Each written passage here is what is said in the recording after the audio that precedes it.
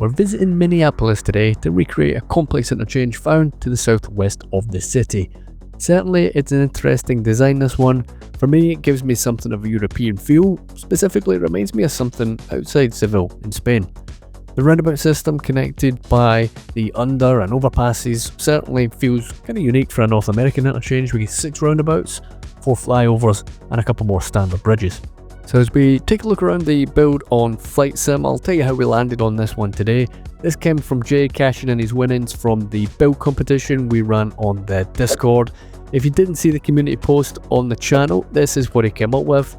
Absolutely wild stuff and a worthy winner. So he's asked me to build this interchange, and I have to say it was a lot of fun, and it came out looking really good once we have traffic running on it as well. So let's crack on with it. So this is the I-494 and Highway 169 interchange in the southwest Twin City Metro area of Minnesota. It's redesigned between 2012 and 2010, and it cost somewhere in the region of $140 million. So not an unsubstantial sum of money to be spending on the road network. I'm going to be using mods today, and really the main thing that we're going to be needing is just anarchy and a bit of move it to make things easier. And really that's all you ever kind of need to build complex interchanges like this, and you can get away without them, but it certainly makes things easier if you build them with them.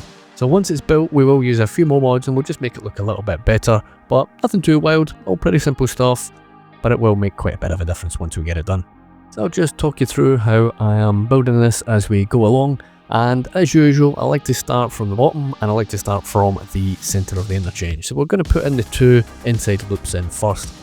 Once they're in place and I'm happy enough with the size of them, I think roundabouts, again, kind of as we work our way out, were the first thing to get built. Obviously, we're not using any image overlay or anything like that, so we are just kind of using our eye and trying to figure out what the kind of rough distances are. It doesn't have to be perfect, of course.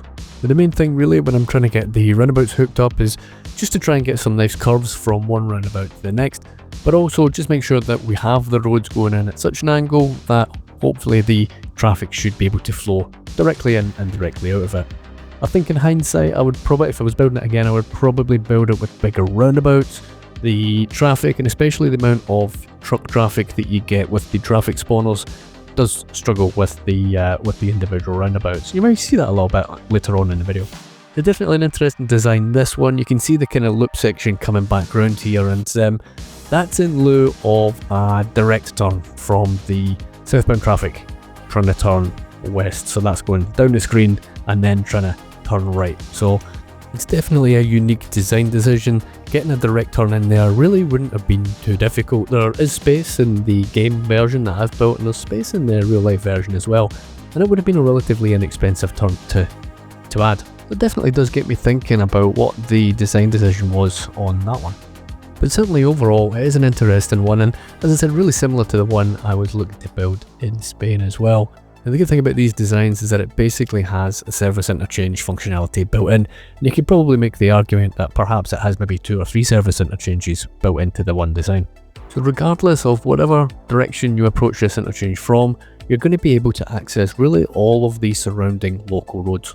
And again, that's where the roundabouts really come into play as well. So if at some point later on, if you want to be able to splinter out even more local roads, then you can, you can amend the roundabout, make it bigger, and you can have another local road heading out in whatever direction you want. So you see me using Move It here to move a few of the sections. I think when I was taking a look back, it was just a little bit too spaced out, wasn't too happy with it. So a little bit of rejigging, and I think I was a little bit more comfortable with the overall scale of the design, especially looking from the top down.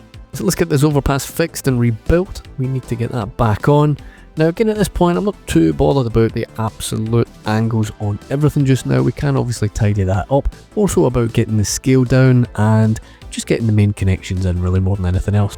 As said, here and there, where I see a kind of easy connection to make that I don't have to mess about with later on, we may as well just get it done if it's not too difficult. We'll get a little asymmetric road in here, and I've tried to keep the lanes kind of as similar as possible to the real life one. That said, I'll take a few liberties here and there as and when I need them. And we're going to have a little partial dumbbell here at the very end. We'll just delete the little section completing the roundabout, and that looks pretty much bang on to the real life one. So let's get the rest of these roundabouts all hooked up, and I'll catch up with you in a minute or two.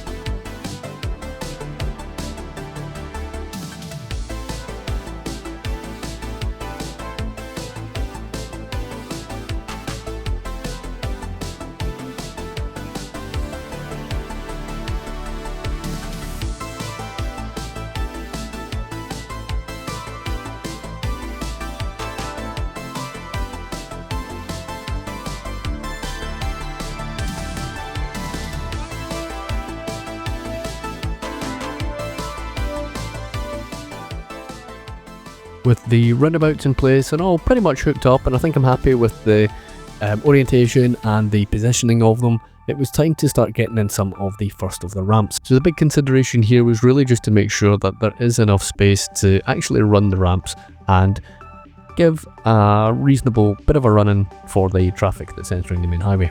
So a little bit later on in the build, what we'll do is we'll create a merging lane. For now, we can just crack on and really just concentrate on getting the main bulk of the build done.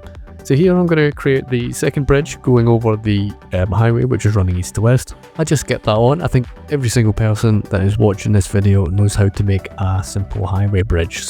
But it does give you a nice overlook, and we're going to crack on and we're going to get the next of the ramps done here. So this is going to be the highest flyover that we have in the interchange, and I just want to get the curvature going and get that in place first. The specifics in terms of how it connects to the highway we can sort out later on. And I'm going to use that tried and tested technique. We just build it at full height, and then we just shave it back to where we want the highest point to be. And after that, if we can get that in with a simple complex curve first time, and I think that was a pretty good effort, that went in pretty well. So yeah, we'll run with that. So let's just change the direction. This is of course traffic going westbound, going south. And then what we're going to do is we're just going to branch that off, and we're going to create the second part of the highway, which is going to take care of the traffic looking to go north, and this will just be a direct turn coming straight off this overpass. So let's just get it all lined up nice. There we go. Yep, perfect. And again, same idea, we're just going to bring it straight in and we'll just shave it back, and I think I'm happy enough for that. We can maybe get it a little bit more curved, I think, but yeah, it's looking okay. We've got another direct turn here. This is now the eastbound traffic looking to go south. So again, we're going to run this up and over the loop. Just get the curvature right. It's looking okay. We might have to remove one of them pillars, but it's not a bad first effort. Same idea as the consideration that we had for the traffic turning and looking to travel east. I want to make sure that we have a decent bit of highway here and a decent gap between the overpasses that are joining. So again, it will give us an opportunity a little bit later on to convert part of that highway into an on-ramp.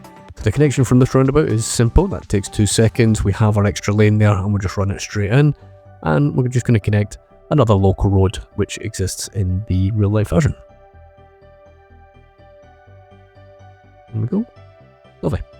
So again, we can take the opportunity now to sort out one of our main ramps coming off here, and we're going to filter that into the roundabout and then give a filter lane heading off to the right as well. Again, these two roads are just local roads. I'm going to connect these up to spawners so we can actually get traffic running on them, and again, just a case of going around the interchange, grabbing these little connections that aren't completed, and we'll make sure that our sims can enter the highway. Again, just leaving a bit of a gap between the individual ramps. And now we can take the first look at some traffic moving on. So at this point, I've only hooked up the 4 main highways, so you're not going to see anything on the local roads just yet, but I will sort that out in just a minute or two. But it's always quite satisfying when you get to this point and you can kind of get to see things moving. So I'm going to do a little bit of terraforming here. We will add key walls where we need key walls. We'll smoothen up some of the sections, and we'll remove some of the key walls, maybe convert some stuff into bridges and whatnot as well. So it just depends on the particular part of the interchange. So again, we use the road tools, smooth things out, slope things out, and we'll just make sure that we're happy. So there's anything untidy, this is the time now to get it fixed. So we will do a little bit of detailing as well, of course, in a few minutes, and I want to give it a bit of a background, and we'll be adding a few choice buildings around the place as well. So here you're going to be able to see a little bit of the local traffic now, and we should have traffic coming and going from every direction.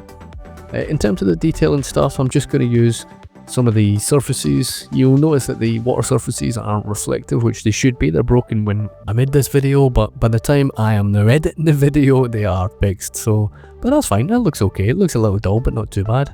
And we're just going to bulk this out with plenty of riverbed textures from Sully, and it's always a pretty good surface, that one. It's quite versatile, isn't it? So we'll do a little bit of plopping, and we'll get some nice sort of service type buildings in here. I just want something big up against the road. I'm going to use the StarQ's prop once here because this is highway, so it can't connect to the roads. And then we'll offset that with a bit of just basic grid zoning really with industry. So again, it's not a one-to-one recreation. I'm not really too fussed what kind of goes in there. I just want a little bit of backdrop against the road network and the vegetation. So I'm going to use a good amount of sunken oaks, which is our nice overgrown bushes. We'll chuck in some, I think, apple trees really for contrast on colour more than anything else. And then we'll stick in a few of the ground dirt decals as well, which again is just another contrast in colour and something that will be a little bit darker this time as well. I want to create this big old lake. That surface colour will not do, so we'll get that changed. And again, same sort of idea. We're just going to soften those edges with the overgrown bushes or sunken oaks, and we'll add that a little bit of colour again with the apple trees.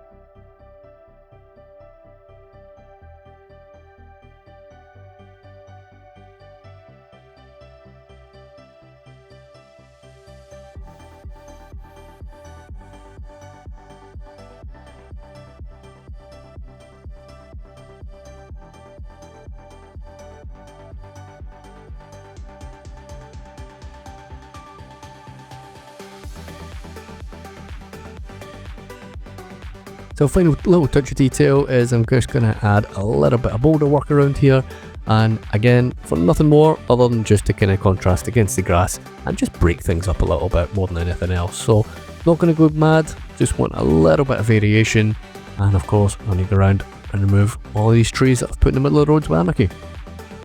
So this is going to be the last video of the year, and I think we've gone out on a bit of a high. I think this has turned out really exceptional, and for me it was nice to go out on an interchange one as well. So we've got lots to keep us occupied next year. We've still got Cape Lomond on the go for as long as the game will allow it. The FPS keeps dropping on that map, unfortunately. There's a couple of collaborations on the go, of course. We've got the Detailers Collective series, and of course the collaboration series Up and Field with Cloverpie. There'll be plenty of interchanges still to come, and I really want to get back to our Bally High build as well. So yeah, lots to keep us occupied as we go into New Year. I want to thank each and every single one of you guys for watching the videos. I really do appreciate it. Of course, a special thank you to anybody who's joined as a Patreon member or YouTube member or super thanks or anything at all like that. You know, obviously going above and beyond is super appreciated as well, of course. An alternative way of supporting the channel is getting the games through the Instant Gaming link. It really does help out the channel tremendously. Seriously guys, I hope you had a great holiday, and I'll see you in the new year. Take care of yourselves.